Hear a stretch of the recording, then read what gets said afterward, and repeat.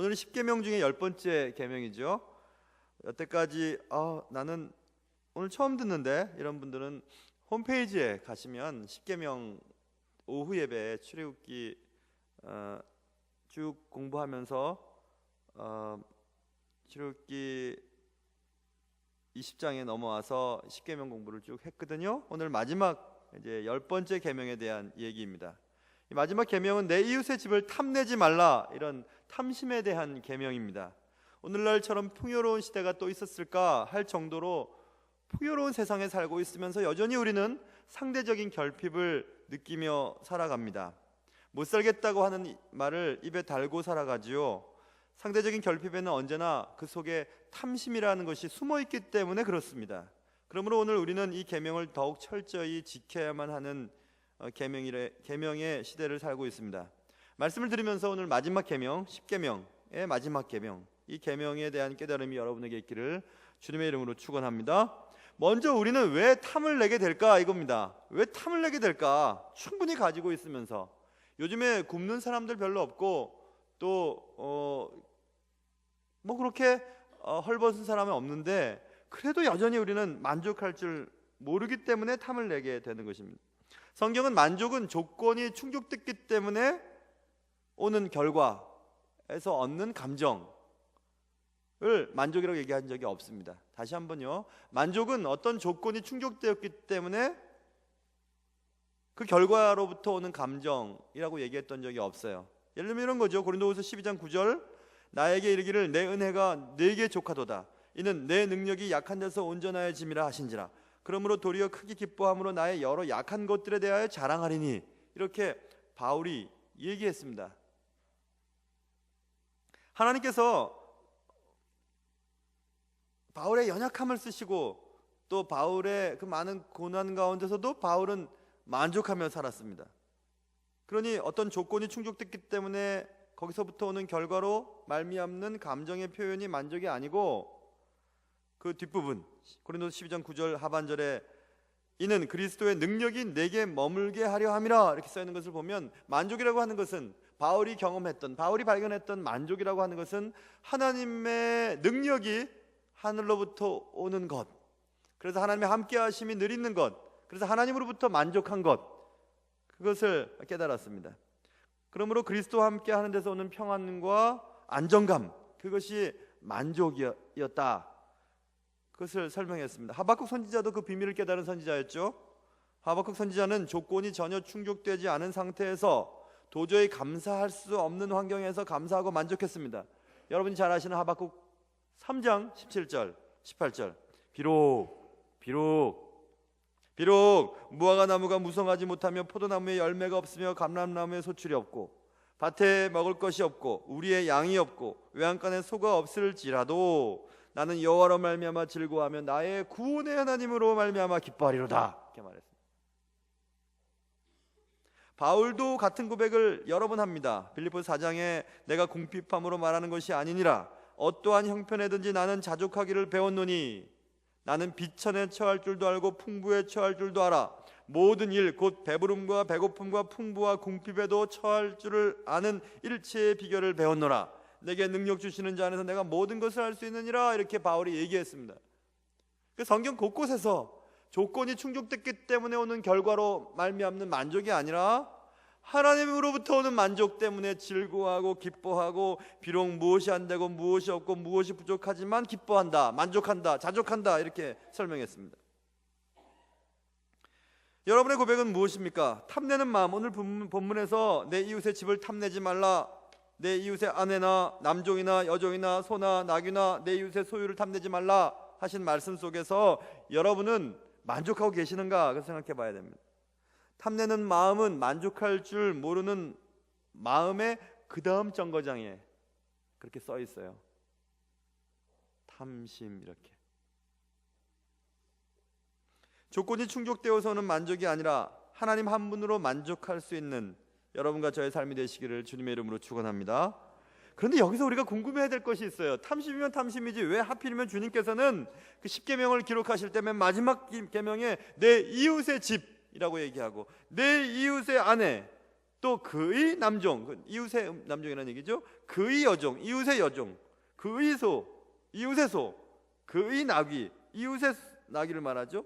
무릇 내 이웃의 소유를 탐내지 말라, 이렇게 말씀을 하셨을까 하는 겁니다. 다 이웃에 대한 얘기입니다.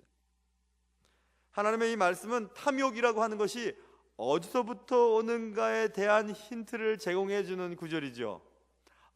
탐욕이라고 하는 것은 가만히 있다가 생기는 것이 아니고, 탐욕은 자주 보고 그 본 것을 내 것과 비교하고 그 비교한 것에서부터 오는 상대적인 결핍 때문에 생기는 것이라는 것을 알 수 있어요. 그래서 내 이웃의 집, 내 이웃의 아내, 내 이웃의 남종, 내 이웃의 여종, 내 이웃의 소나 그의 나귀, 내 이웃의 소유, 이렇게 얘기한 겁니다. 거듭해서 말씀하고 있어요.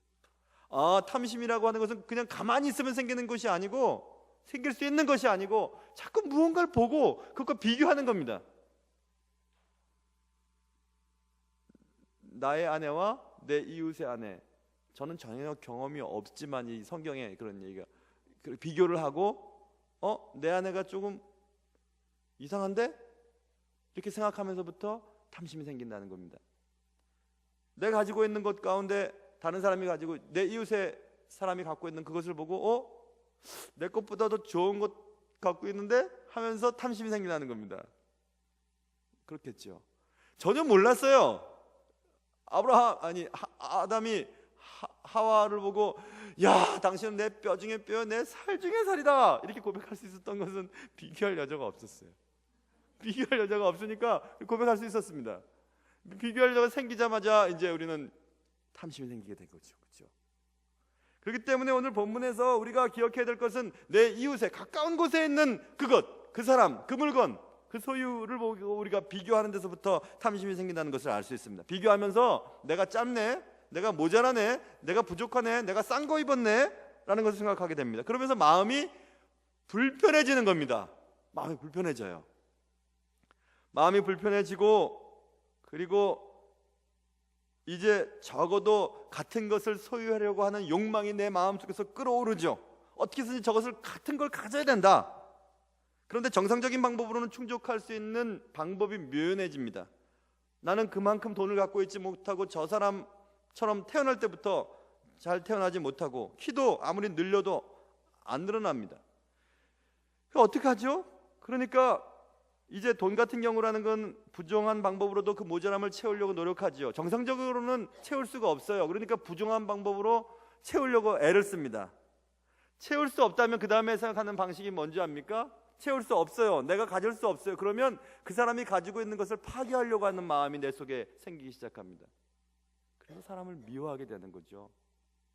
자, 생각해 보세요. 비교했어요. 비교해서 내가 모자랐습니다. 그러면 모자란 걸 채워야지. 채우려고 노력했는데 내가 정상적인 방법으로 채울 수 없었습니다. 그러니 어떻게 하면 좋죠? 나는 답답하고, 나는 저것과 비교당하는 것 때문에 기분이 나쁜데 어떻게 하면 이 기분을 좋게 만들 수 있을까요? 적어도 괜찮게 만들 수 있을까요? 그러면 저 사람이 갖고 있는 것을 없애는 방법이 제일 좋습니다. 그래서 나는 가지지 못했는데 누군가 외제차를 타고 다니면 못으로 찍 긁어버리는 거죠. 그런 거예요, 여러분. 누가 행복하면 그것을 방해하려고 하는 거죠. 그런 것입니다. 그래서 저는 제 아내가 밤에 늦게 들어오면 걱정이 태산 같아요. 그 말의 의미를 아시는 분만 아시기 바라요. 나는 한 번도 그런 적이 없는데요. 그런 분은 그럴 이유가 있겠죠. 그런데 여러분, 여기 본문에 보면 정상적인 방법으로는 충족시킬 수 없기 때문에 파괴하기로 결심하고, 나도 없으니까 너도 없어야 돼 하고 빼앗거나 아니면 없애버립니다. 그러면 마음이 편해지니까. 그래서 결국 탐내는 마음은 모두를 파괴시키는 결과를 초래하게 되는 거죠. 여러분과 저에게 이 속담을 나누고 싶은 속담이 하나 있습니다. 그 속담은 사촌이 땅을 사면 배가 아프다라고 하는 속담이죠. 여러분 아시는 분은 아실 거예요. 저는 미국에서 직접 이 국어학자를 통해서 들은 사람을 통해 내가 들었어요. 국어학자를 통해 들은 게 아니라 국어학자를 통해 들은 분의 말을 제가 들었어요. 이 말의 원뜻은 이런 것입니다. 사촌이 땅을 사면 배가 아프다. 일본 사람들이 니들은 그래, 니네들 민족은 그런 민족들이야. 시기하고 질투하고 말이야. 그러니까 너네들은 하나가 될 수 없어 라고 식민사관 속에서 나온 지금 우리가 알고 있는 뜻이죠. 그러나 원래 뜻은 이렇답니다. 이 속뜻을 이해하려면 또 다른 속담을 이해해야만 하죠. 그것은 이런 것이죠. 이 속담을 제가 알면서 제 막내 아이가 굉장히 옳은 행동을 하는구나 생각을 했습니다. 그것은 이런 겁니다. 제 막내 아이가 학교를 갔는데 조금 있다가 문 열고 다시 들어왔어요. 너 왜 왔어? 그랬더니 죄송해요, 똥 싸려고 왔다는 거예요. 그래 지금 또 다시 와서 화장실에서 일을 보고 다시 갔어요. 너 왜 학교에서 싸지 왜 여기 왔어? 학교에서 싸면요 애들이 막 화장실 바깥에서 막 놀린대요. 화장실 들어가면 요즘 애들 그렇잖아요. 그래서 창피해서 집에 와서 싼다. 근데 저는 왜 그러냐, 그 귀하지도 않은 거 거기다 버리지 생각했는데 예전에 속담에 이런 속담이 있답니다. 죽는 건 객지에서 죽어도 볼 일은 집에 와서 봐라. 이렇게 속담이 있대요. 객지에서 죽어도 되는데 볼 일은 집에 와서 보랍니다. 그 뜻이 무엇인지 아세요, 여러분? 예? 아주 걸음이에요, 그렇죠? 예전에 우리 선조들이 사촌이 땅을 사면 뭔가 갖다 주고 싶은데 아무것도 없어요. 돈도 없어요. 소도 없어요. 어떻게 하면 좋지? 그럼 걸음이라도 갖다 줘야 되겠다 싶어서 배가 아프기 시작한 거죠. 강제로라도 싸서 갖다 주는 거죠. 이거 걸음을 죄송해요, 강제로 쌀 수 없나? 어쨌든 강제로 싸서 하여튼 담아서 갖다 주는 거죠. 이거 땅 기름지게 만들어. 이것밖에 갖고 올 게 없어. 여러분 웃지만 진짜 그렇대요. 그래서 예전에 객지에서 나가서 죽더라도 볼 일은 집에 와서 보라고 하는 것은 그만큼 귀한 게 우리 인분이었다는 것입니다. 그래서 사촌이 땅을 사면 어떻게든지 도와줘야 되겠는데, 축하해 줘야 되겠는데 어떻게 하면 좋지? 어떻게 하면 좋지? 하다가 배가 슬슬 아파오는 거죠. 아유, 이 귀한 것 가져다가 사촌에 줘야지. 그렇게 해서 줬다는군요. 그런데 그걸 사촌의 땅을 사면 배가 막 아파가지고 막 못 견뎌하고 시기하고 질투하는 것으로 일본 사람들이 바꿔 놓았다는 것입니다. 그래서 우리는 그것을 알고 있죠. 그래서 맞아, 사촌의 땅을 사면 배가 아프지, 시기와 질투 때문에 견디지를 못해. 아니요, 사촌의 땅을 사면 배가 아픈 게 성경적인 거예요. 뭔가 도와줘야 되니까. 뭔가 도와줘야 되잖아요, 그렇죠? 우리는 이웃의 행복에 대해 시기함으로 배가 아플 수도 있고, 이웃의 행복에 대해 기쁨으로 배가 아플 수도 있습니다. 사랑하는 예수님은 여러분과 제가 어떤 선택을 하기를 원하실까요? 여러분과 저에게 탐심의 욕망을 넘어서 넉넉함의 은혜를 받는다면 오늘 10계명 네 번째, 마지막 10번째, 마지막 계명을 너끈히 해결할 수 있지 않을까, 이런 생각을 해봅니다. 하나님은 우리에게 이웃의 집을 탐내지 말라는 계명을 주셨습니다. 그냥 탐내지 말라 해버리면 되는데 내 이웃의 집에 있는 것들을 탐내지 말라고 말씀하셨어요. 그것은 명쾌합니다. 내 이웃의 것은 항상 보기 때문에, 항상 비교하기 때문에, 항상 견주기 때문에, 그것 때문에 내가 마음이 불편하기 때문에, 그러니까 자꾸 없애거나 훔치려거나 하는 것입니다.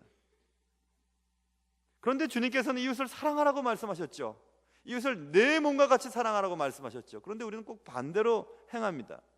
마치 사촌이 땅을 사면 그래 배가 아파, 못 견뎌, 시기하고 질투하니까 배가 아프지 라고 하면서 그냥 그렇다고 여기면서 살아갑니다. 그러나 하나님은 우리에게 그렇게 말씀하시지 않으셨어요. 저는 이번에 소치 올림픽에서 금메달 딸 때 그 애국가가 울릴 때마다 말입니다, 하나님이 보호하사 우리나라 만세, 그 부를 때마다 진짜 감사해요.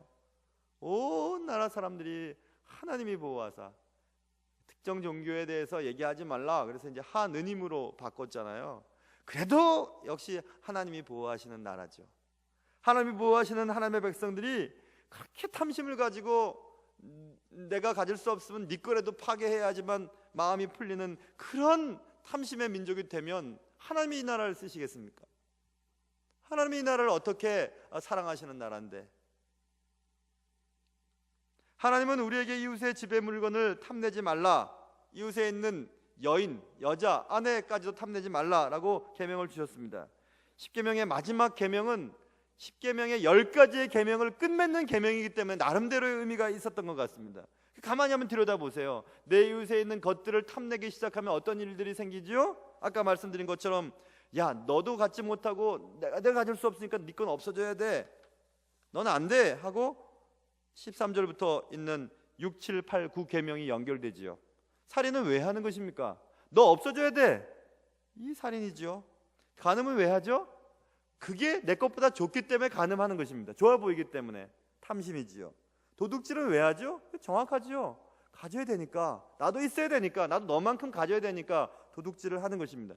정상적으로는 얻을 수 없으니까 부정한 방법으로든지 얻고 싶으니까 도둑질을 하는 거죠. 16절, 내 이웃에 대해 거짓 증거하지 말라. 왜 거짓 증거합니까? 내게 돌아오는 유익 때문에 거짓 증거하는 것입니다. 그러니 10계명의 마지막 10번째 계명은 6, 7, 8, 9, 다시 말해서 부모를 공경하라를 신적인 계명으로 보느냐 인간적인 계명으로 보느냐에 따라 신학자들의 의견이 분분하지만, 부모를 공경하라는 것을 빼놓고 볼 때 6, 7, 8, 9, 10은 모두 다 인간관계에 대한 문제인데, 인간관계에 대한 문제의 핵심은 탐심입니다. 가까운 자들이 가지고 있는 것과 가까이 있는 자들이 누리고 있는 것들, 그것들을 못 견뎌하는 것에서부터 출발을 하는 것입니다. 그러므로 우리는 10계명의 마지막 계명을 오늘 마감하면서 우리 속에 있는 탐심의 문제를 속히 해결하지 않으면 6, 7, 8, 9 계명을 범하기가 매우 쉽겠구나라는 그런 두려움을 갖게 되는 것입니다. 하나님은 우리가 어떤 상황 가운데서도 만족하고 이웃의 행복을 배가 아파가면서까지도 이웃에게 무엇인가를 주고 싶어하는 그런 선한 마음을 갖기를 원하고 계십니다. 진심으로 이웃의 행복을 축복해 줄 수 있는 참 그리스도인들이 되기를 원하십니다. 그래서 로마서 12장 15절에 즐거워하는 자들과 함께 즐거워하고 우는 자들과 함께 울라라고 하는 말씀이 기록되어 있는 것입니다. 제 큰애가 다니는 학교는요, 맨 처음 지어질 때에 제가 그 학교의 역사를 쭉 읽어보았어요. 미국의 목회자 자녀 가운데 목회자 자녀들 가운데 아들들의 교육을 위해서 세운 학교였습니다. 그 전통이 지금까지도 이어집니다.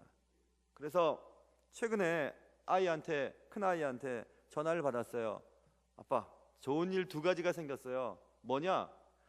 하나는 엄마 아빠 여기 영국 오시면 옆방에 중국 학생이 고향 갔는데 중국 학생 키를 하나 빌릴 수 있게 됐어요. 주무시는데 지장 없을 것 같아요. 하나 됐고, 그거 뭐 신경 쓰지 마라. 2번째, 아빠 지금 저 큰애가 미국에서 공부하고 있는데 미국에서 영국으로 교환 학생으로 지금 가 있어요. 지금 영국에 있거든요. 그래서 아까 많은 분들이 미국 잘 갔다 오세요 그러는데 미국 아니라 여러분이 미국 가라 그러면 미국 갔다가 또 가야 돼요. 그럼 불편하니까 영국 가는 겁니다. 근데 영국에 지금에서 공부를 하고 있는데, 아빠 2번째 기쁜 것은요, 아빠 미국에서 장학금 주는 그 장학금과 지금 미국에서 보내준 그 장학금의 차액이, 영국 그 파운드가 비싸니까 차액이 발생됐대요. 그 차액 발생한 돈을 아빠 제 학생 계좌에 넣어주었어요, 미국 학교가. 여러분 전혀 기뻐하시지 않는데, 나는 이번에 가면 그것 갖고 쓰려고 그래도 그거 생겨서 다행이다 생각했는데, 여러분 전혀 기뻐하시지 않는군요. 기뻐하시나요? 제가 무슨 얘기를 드리려고 하냐면요, 야, 어떻게 학교가 정직하냐 이런 생각이 들었어요. 우리 같으면요, 우리 그렇게 안 하죠. 자기 학교 장학생으로 외국에서 온 학생 지금 영국에 위탁교육 보냈는데 환율 차이 생겼다고 그것을 또 학생 쓰라고 돈에 넣어주는 나라가 어디 있습니까? 근데 그게 바로 하나님 믿는 백성들이 갖고 있는 정직한 것입니다. 난 그거 정말 돈 좀 생겼다고 기분 좋은 게 아니라 정말 기뻤어요. 그래, 맞아, 저런 것이 하나님이 기뻐하시는 것이겠구나 이런 생각을 해보았습니다. 작년인가 재작년에 어떤 성도님이 얘기하셨어요. 어디 갔다가 뭘 샀는데 그것도 역시 달러로 샀다 그랬던가 어떻게 했는데 그것도 환율 차이 때문에 돈을 더 받았다는 거예요. 그래서 그걸 또 갖다 주러 택시를 타고 또 갖다 주고 왔대요. 택시비가 더 들었겠죠. 참 멋지다 이런 생각했습니다. 우리 같으면 그냥 이거 하잖아요. 그거 가느니, 그쵸? 그냥 모르면 되죠. 그냥 되잖아요. 뭐 그 사람들 많이 벌을 텐데 뭐. 근데 멋진 거예요, 여러분. 하나님이 그렇게 다 보고 계세요. 보고 계셨다가 어떻게 하냐면 가장 중요할 때 채워주십니다. 여기선 또 아멘 안 할 줄 알았어요. 다 이러고 있으니까. 다 이러고 있으니까. 여러분, 저는 몰라도 하나님 다 아세요. 이번에 땅 팔린 사람,